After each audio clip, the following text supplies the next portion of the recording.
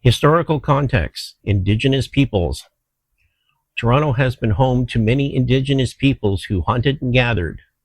In the 1660s, Anishinaabe people, the Huron-Wendat, the Toon First Nations, the Seneca, Mississauga of the Credit, Iroquois Confederacy, and the Confederacy of the Ojibwe inhabited a vast territory and was the subject of the Dish with One Spoon Wampum Belt Covenant, an agreement between the Iroquois Confederacy and the Confederacy of the Ojibwe and allied nations to peacefully share and care for the resources around the Great Lakes.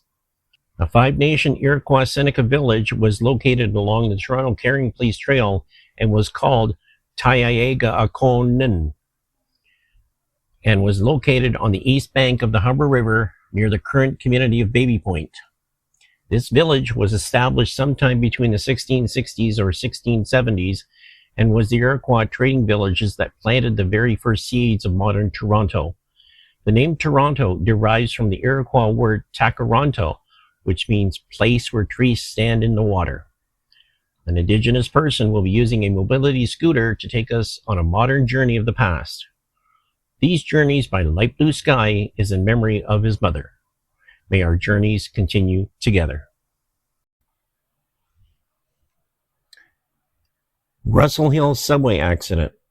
The 1995 Russell Hill subway accident was a train crash that occurred in Toronto on the Spadina line of the Yonge University Spadina subway of the Toronto Transit Commission on August 11, 1995.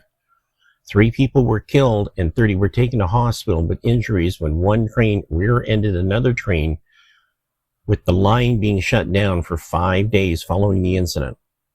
Investigations found that human error and a design flaw in the mechanical safety device caused this accident. It remains the deadliest rapid transit system accident in Canadian history. The accident had 2 direct causes. First, the inexperienced driver who mistook the signals, and the train stop trip arm, which failed to protect the train due to a design error. A subcontractor designed a mechanical extension that would allow the device to drive a trip arm in its actual position outside of the rail.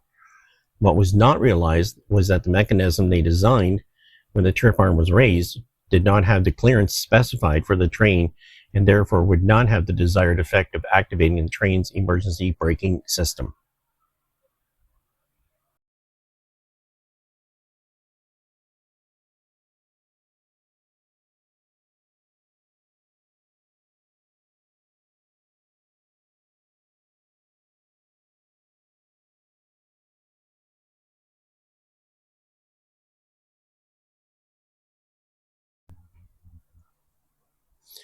I hope you enjoyed this video of transit history by Transit Mobile Scooter.